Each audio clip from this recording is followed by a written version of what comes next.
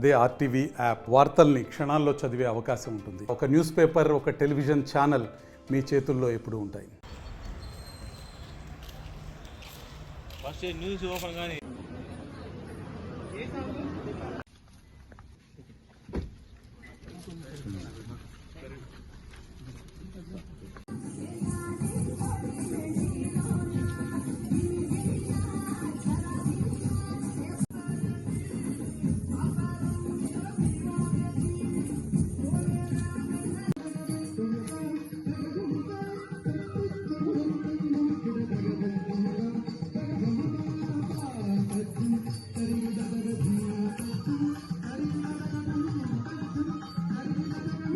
Health department వారు, revenue department, అలాగే వారికి సంబంధించిన ఆయా తదితరుల అధికారులు వచ్చి వారు ఏమేమి మనకి ఫెసిలిటీస్ ప్రొవైడ్ చేస్తున్నారు, ఏం స్కీమ్స్ ప్రొవైడ్ చేశారు, ఇవన్నీ కూడా వారు మనకు ఎక్స్ప్లెయిన్ చేశారు. అలాగే పోలీస్ శాఖ వారు కూడా మనకు ఉన్న ఇబ్బందులు ఏంటి, ప్రజలందరూ కూడా ఏమి ఇబ్బందులు ఫేస్ చేస్తున్నారు అనేది కూడా వారు ఎక్స్ప్లెయిన్ చేస్తున్నారు.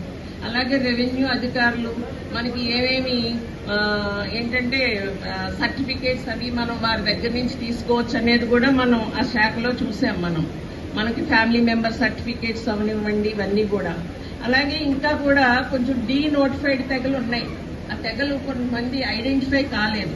వాళ్ళందరికీ ఆధార్ కార్డులు వచ్చినాయా లేదా, వాళ్ళందరికీ స్కూల్స్, హాస్టల్స్ ఫెసిలిటీస్, అలాగే మెడికల్ ఫెసిలిటీస్, ఇవి చట్టాలకు సంబంధించిన సహాయం, వారందరికీ కూడా పేద బడుగు వర్గాలు, ఈ గిరిజనులు, ఆదివాసీలు, వీరందరికీ కూడా చట్టాల గురించి అవగాహన, వారికి చట్టాలను అందుబాటులోకి తీసుకురావటం, వారికి పేదరికం అనేది ఒక అడ్డు కాకూడదు. వారికి సమన్యాయం జరగాలి అంటే, త్వరితగతిన న్యాయం జరగాలంటే మనకు మండల్ లీగల్ సర్వీసెస్ ఉన్నాయి మీకు అందుబాటులో.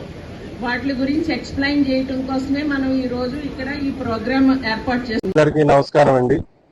ఈరోజు రాష్ట్ర న్యాయ సేవాధికార సంస్థ వారి ఆదేశాల మేరకు, గౌరవనీయులైన జిల్లా న్యాయాధికార సంస్థ అధ్యక్షుల వారి ఆదేశాల మేరకు ఈ దిగువమెట్ట గ్రామంలో షెడ్యూల్ తెగలకి సంబంధించిన వాళ్ళ హక్కులు, వాళ్ళకి ఉన్న వివిధ పథకాల గురించి ఈరోజు ఇక్కడ దిగువమెట్టలో కార్యక్రమం నిర్వహించడం జరిగింది.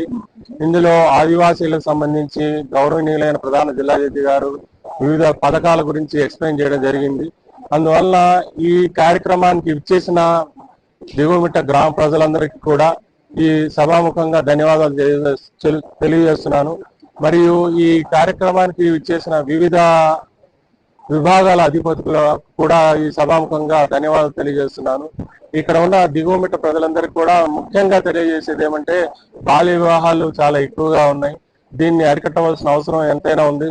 సుప్రీంకోర్టు వారి ఆదేశాల మేరకు 18 సంవత్సరాలు నిండకుండా 21 మహిళలకి మరియు 21 సంవత్సరాలు నిండకుండా బాలురకు వివాహం చేయకూడదు.